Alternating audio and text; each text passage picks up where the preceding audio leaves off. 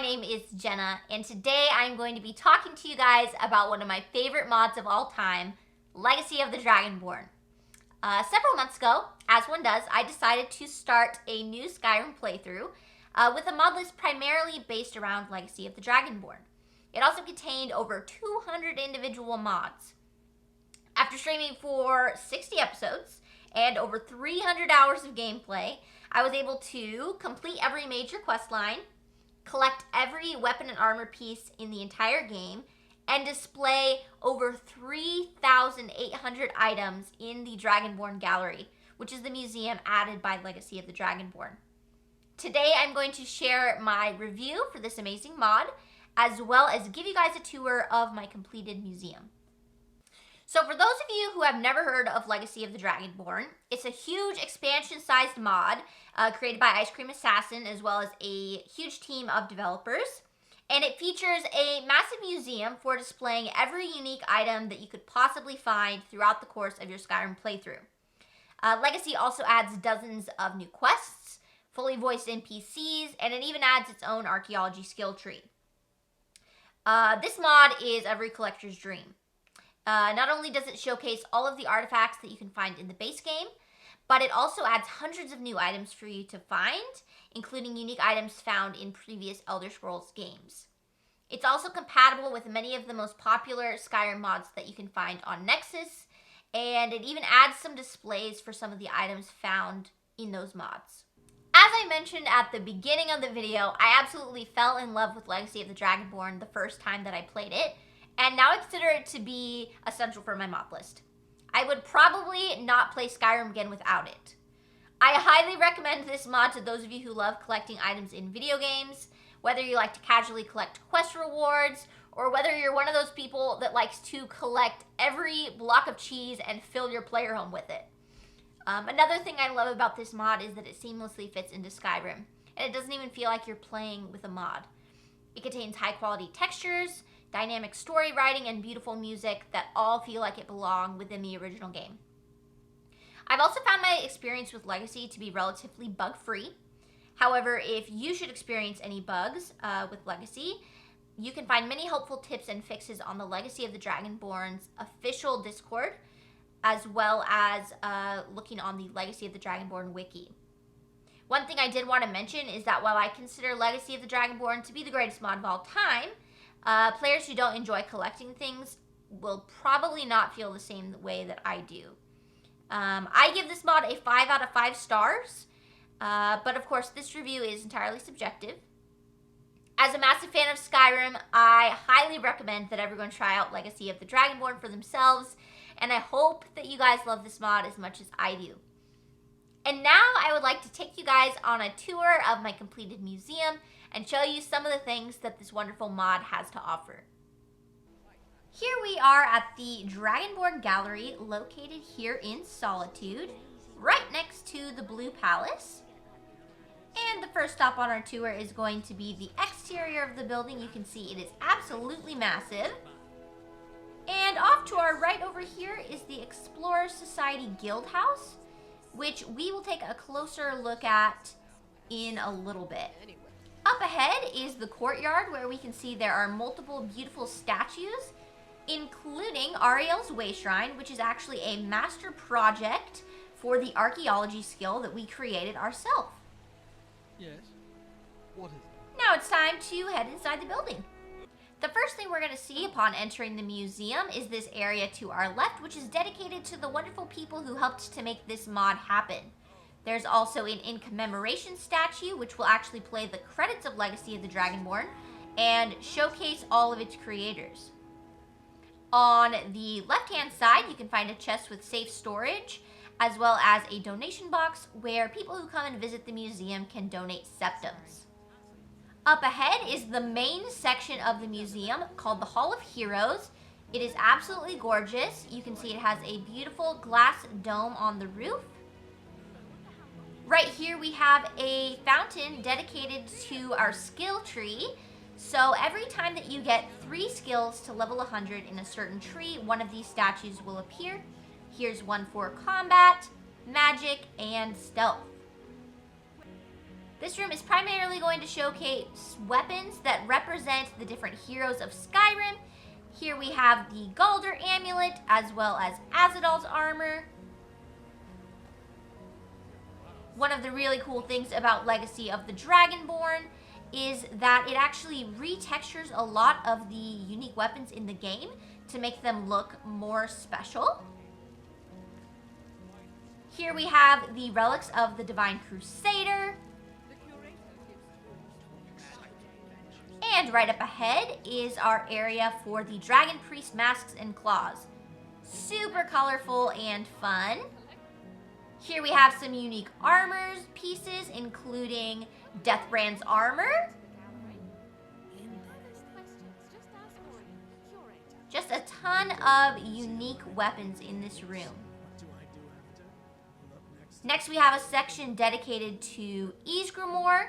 Here you have his armor as well as Wuthrod from the Companions questline.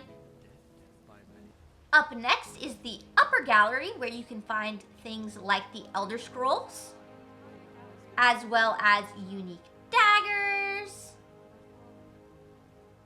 unique helmets, and unique jewelry. This display right up ahead is going to be dedicated to Amulets of Skyrim, which is a compatible mod with Legacy of the Dragonborn. What that basically means is that it is not created by the Legacy of the Dragonborn team, but by another mod author. But the Legacy team liked it so much that they added a special display that you could download and display all of the items from that mod. So if you hear me referencing compatible mods throughout the museum tour, that is what I am talking about. Here we have a section dedicated to magical staves, including the Staff of Magnus. This area is focused on the College of Winterhold, which is why we have the Archmage's robes here. And even more magical staffs. Well, that's different. To the left of the Hall of Heroes is a section dedicated to the various cultures in Skyrim. Here are the Falmer. Every time that we completed a Falmer dungeon, one of these objects appeared. Similarly, we have a display here for the giant camps that we have conquered, as well as the Hagravens and Forsworn, and the Reeklings of Solstein. There is also a display over here for the mod Wintersun, which is compatible with Legacy of the Dragonborn. Here are shrines to each of the deities and Daedra that you are able to worship in this mod. Hi everybody! Sorry to interrupt the museum tour, but I would like to take this time to remind you that if you are enjoying this video, please be sure to like it and also to subscribe to my channel for more gaming content. You can also turn on notifications so that you get alerted every time that I post a new video. Also, if you would like to check out my Twitch account, you can find that at twitch.tv/JennaLovesPizza for more live playthroughs of my favorite games. To the right of the Hall of Heroes is going to be the Dining Hall. In here you can find the ox head and ox legs that you find in Sovngarde, as well as another one of our master archaeology projects, the Throne of the Fabricant. Here are some additional archaeology projects. These are items that we crafted ourselves using the archaeology workbench. We were able to find fragments for Nordic, Falmer, and Dwemer pieces and create all of these ourselves. There is another display in the dining hall which is actually dedicated to the Explorer Society. I won't spoil what exactly it is because it's a pretty major spoiler for the quest line. So you will find that out when you play it yourself. Here is a kitchen area and bedrooms for the staff, including a bedroom for Ariane, the curator of the museum. These other rooms are for the museum guards and various staff. Up ahead is the crafting and display room, which is definitely the room you will spend the most time in out of every section of the museum. There is a display prep station which will actually put up artifacts for you so that you don't have to place them around the museum by hand. Very handy. There is also a replica workbench and an archaeology workstation, which I will elaborate on in another video, and even a little desk for Arian, the curator, to work at. Next, we are going to check out the museum storeroom, which is right on the other side of the staff dining hall. In this room, we can find a display for so many unique drinks in the game, such as mead with juniper berry or Balmora Blue. There's not too much else down here. However, if you're feeling festive, you can use these Halloween or Christmas decorations to decorate the museum. And there's also a little area here for debugging your game should something break. Next, we are going to head up these stairs to go check out the Safehouse, which is the player home portion of the museum. You can actually decorate the Safehouse yourself using various food items, such as you see here, as well as dishes for the various dishes cabinets. These don't count as actual artifacts. They don't add to the museum count. However, it definitely helps to make the space feel more lived in. You can find more of these items in the kitchen, including in the storage closet and the meat cooler. But my favorite part of the kitchen and of the Safehouse is the cheese aging room. This is going to be a room dedicated to Cheese Mod for Everyone, another mod that is compatible with Legacy. And these are all of the cheeses that you can collect, including some really cool ones like the Forbidden Cheese and the Fancy Cheese Platter, and my all-time favorite cheese, the Wedding Flower Cheese. I think these cheeses are so cute, which is why it is definitely one of my favorite parts in the entire museum. Moving on, you can see the crafting room here on the left. This has spots for smithing, enchanting, alchemy. There is a staff enchanter in that corner, a replica workbench, and the most important part of this room is the sorting system. This sorting system will actually go through your entire inventory and put up ingredients and crafting supplies into their associated storage bins, such as leather in the leathercraft supply or ingots in the ingot supply. There are a couple other areas in the Safehouse that are purely for decorations. You can customize these yourself, so you can put up a companion bedroom or a children's bedroom. But through here is the player's bedroom. So inside here you can find a section dedicated to the curator's companion. Each of these artifacts actually is a reward for completing a section of the museum. You can also find a section dedicated to the Cloaks of Skyrim. This is another compatible mod with Legacy of the Dragonborn. And there's also a little bathroom through here with displays for our in-soaps, another compatible mod with Legacy. And my favorite section of the Safehouse is a little secret area. You can access it by turning that candle holder. This is the treasury. In here you can store up to 2 million gold, and as you put more gold in here, it will put up the piles of gold on the floor, as well as gems and the other items that you see in there. To the right of the crafting room is one of the entrances to the Explorer Society Guildhouse. In the Guildhouse, you can find bedrooms for all of the members of the guild, as well as a really cool display for quest items from Tools of the Trade. These items are so useful to collecting all of the items for the museum, as well as role-playing as a member of the guild. You can also find a merchant in here who you can sell items to, and an archaeology workbench. Moving through this door, we will end up back in the dining hall. The next room that we are going to check out is the library. We're going to have to run through a couple of rooms to get there. As you can imagine, this room is full of almost every book in the entire game.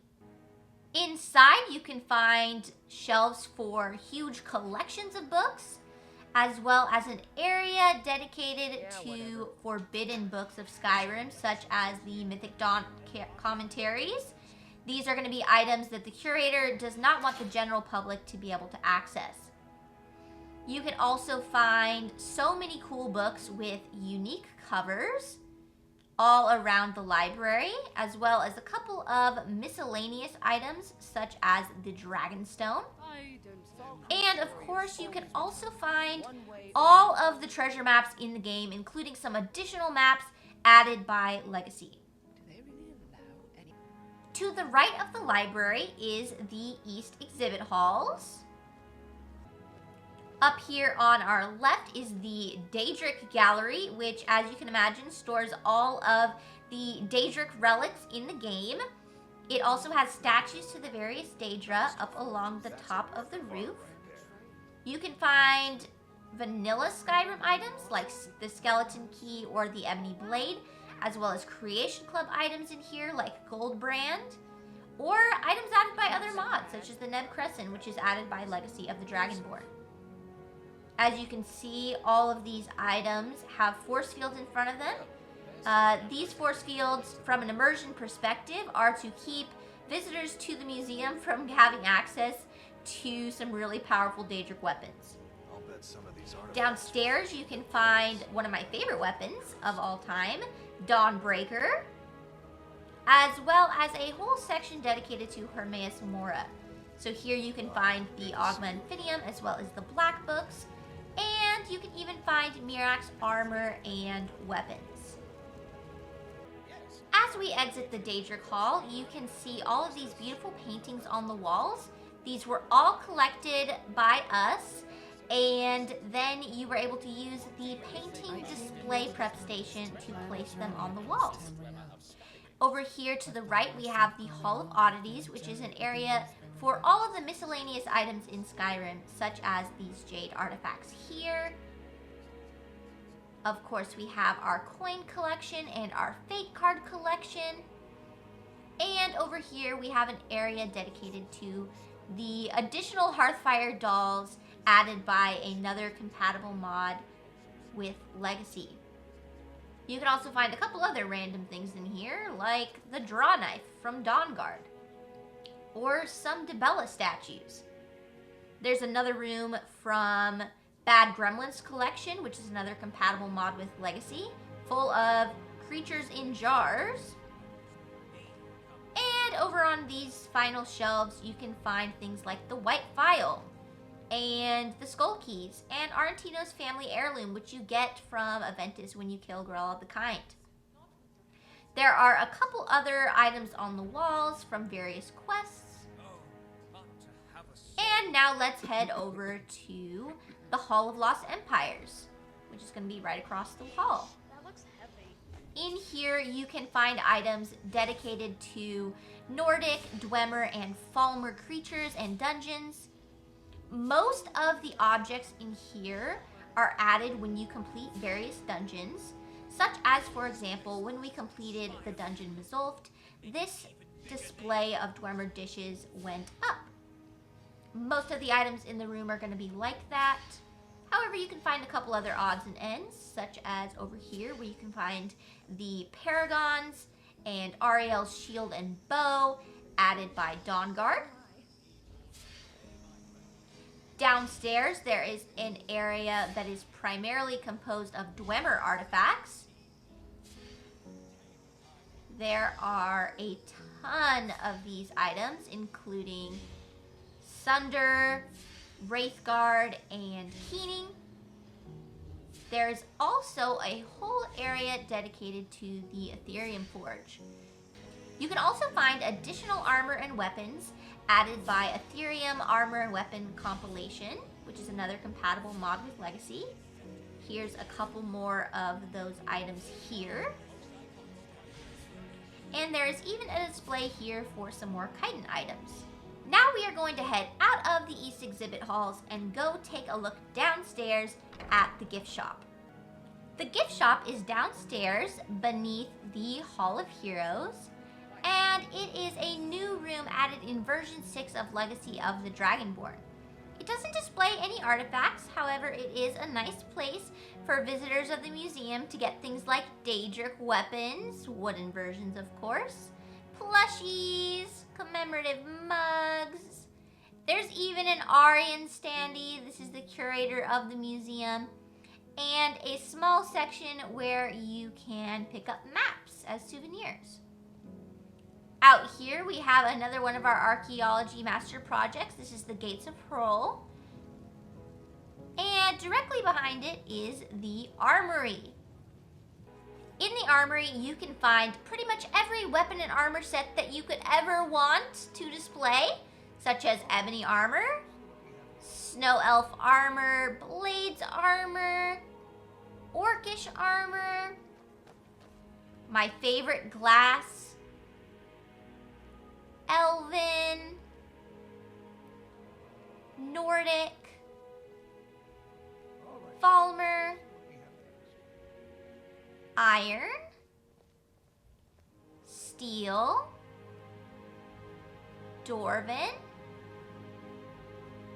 Ancient Nordic, Forsworn, Storeroom, Daedric, and of course all of the Dragonbone and Dragon Scale armor.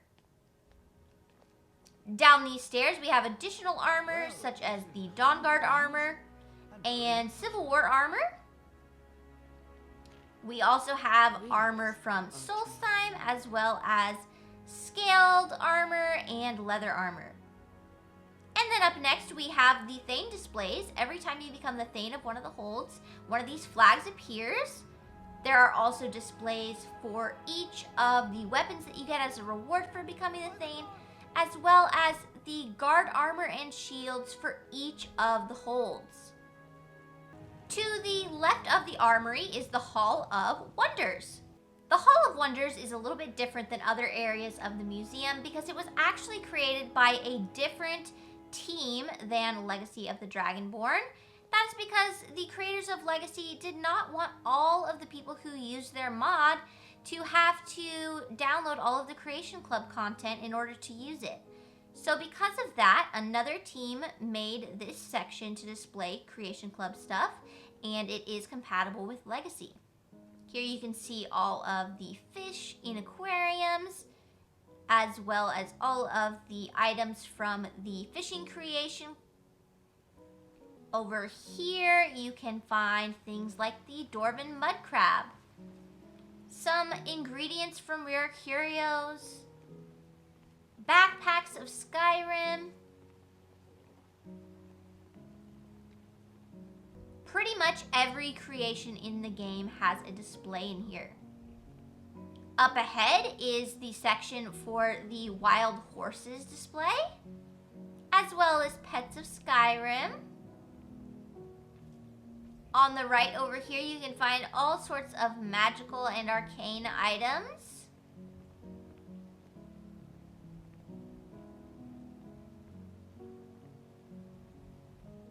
And downstairs, we are going to see a lot of alternate armors. Here's a couple.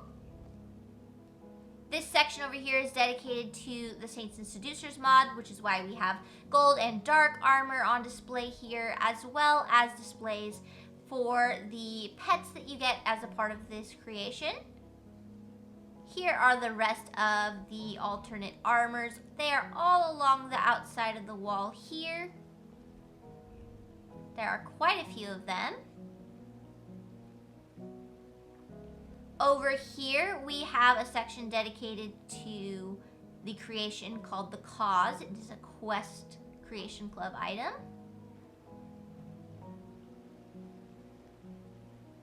Over here, we have some more alternate armors.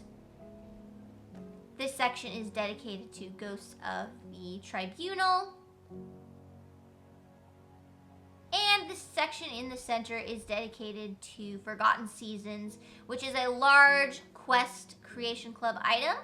There's the Dwarven horse parts, and of course we have the Dwarven crown over here. Heading up to the second floor, we can find the Hall of Natural Sciences. This is one of my favorite areas of the museum. You can find things like fairy cages added by the Bad Gremlins compatible mod, as well as the Bugs in Jars. Over here, you can find buildable animal displays. We were able to create all of these using pelts and other ingredients from these animals, and some monsters too, like this chorus here. Don't worry, I did not kill a dog. I was able to find some dog meat at a bandit camp and use that to craft the dog, so all of the dogs of Skyrim are safe.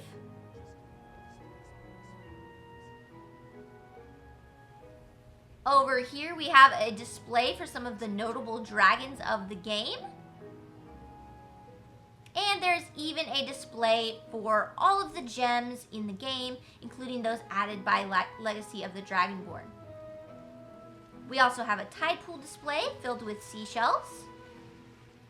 And up this staircase over here is an area dedicated to fossils. Fossil mining used to be a compatible mod with Legacy, however in version 6 it was fully incorporated into the mod. There are tons of fossils in this room, but my favorite is, of course, the dragon skeleton fossil here.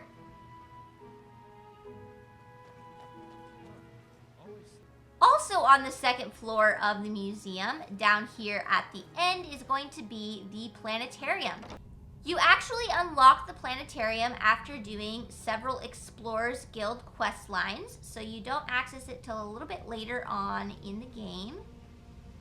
It is very dark in here, but that's pretty normal for a planetarium. I'm gonna go ahead and stare at the ground a little bit while I'm walking around so I don't spoil the full effect. But this is what the planetarium looks like. Right now, we have the planetary cube in the star map receptacle, so it is showing off the universe that Nirn is a part of. And then, of course, Skyrim is a part of Nirn. Now, there are 2 rooms left to check out. The first is going to be the Hall of Secrets, which is right over here in Dragonborn Hall. There is actually a secret entrance to the Hall of Secrets, and to access it, we just press this button right here. It opens up this floor tile and gives us access to this trapdoor here. The Hall of Secrets is basically the location where you can store all of your Thieves Guild and Dark Brotherhood stuff. Basically, it is hidden away so that no patrons of the museum can see that you are part of the 2 biggest criminal factions in Skyrim. Here are some heads added by Bad Gremlins Collection, which is a compatible mod with Legacy. Over here are some Dark Brotherhood items, such as the Emperor's robes and Cicero's Jester outfit. You can also find in here the larceny items from the Thieves Guild, including the Crown of Baron Zaya. And the rest of the Thieves Guild armor is over here, including the Nightingale armor and the Guildmaster armor. Behind me, this is a very odd little display. It contains things like Pelagius's hip bone and the Glenmoral witch heads and all kinds of nasty stuff. Over here is the display for Royal Armory, which is another compatible mod with Legacy. It gives notable NPCs in the game their own unique weapons, such as Smile, which we were able to pickpocket off of Cicero. There are also a couple other things in here, like the ancient vampire parts and the werewolf pelt. And then one of the hardest items to acquire in the museum, the bust of Pelagius the Mad. The bust of Pelagius the Mad is actually a special statue that you can only get after completing an Easter egg scavenger hunt in the museum. And finally, we have Dragonborn Hall. Here you can see banners displaying all of the shouts that we have learned throughout the course of the game. There's also a large statue to Alduin with Alduin's wall behind it. Here you can find a tribute to Conarach's accoutrement, which is a compatible mod with Legacy. It also adds all of these unique Dragon Priest armors over here. Behind me we have displays for Explorers Guild quest lines that we have completed. There are also a couple of Legacy of the Dragonborn quest lines here as well. And this display is for reaching level 100 in smithing, enchanting, and alchemy. Heading up the stairs, we can now see displays dedicated to various quests that we have completed throughout the game, such as Dragonborn, Dark Brotherhood, the Companions, the Explorers Guild, and the College of Winterhold. There is also a spot for all of the shrines in the game. And here in the middle, we have a tribute to Shattered Legacy, which is going to be the main quest from Legacy of the Dragonborn. We also have some standing stones here as well. Here are some more quest displays, including the Blades, the Thieves Guild, the Civil War, the Bard's College, and of course Dawnguard. Now, if you were to side with the vampires instead, this display would look a little different, just as the Civil War display would look a little bit different if you sided with the Stormcloaks. And that concludes our tour of the Legacy of the Dragonborn Museum, complete with over 3,000 unique items. I hope you guys have enjoyed seeing all of the unique artifacts that we've collected throughout our Skyrim playthrough, as well as all of their wonderful displays. If you're interested in watching my journey to collect all the items, all 60 episodes of my Skyrim playthrough can be viewed on my channel. And of course, if you enjoyed this video, please be sure to drop a like to show your support. I'll be releasing several more Legacy of the Dragonborn related videos throughout the next couple of weeks. So if you're interested in watching those when they're released, please subscribe to my channel and turn on notifications so you get alerted when they come out. Thank you again so much for your support, and I will see you guys again soon. Bye!